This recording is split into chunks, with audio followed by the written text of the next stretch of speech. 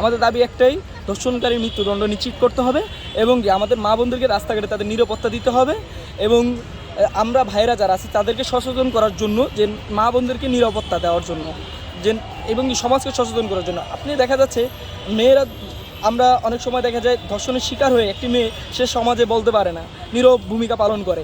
আমরা তাকে সচেতন করতে, তাকে সাহায্য করার জন্য এখানে আসি, যেন সে বলতে পারে যে না, সে সমাজের কাছে যেন বিচার দাবি জানাইতে।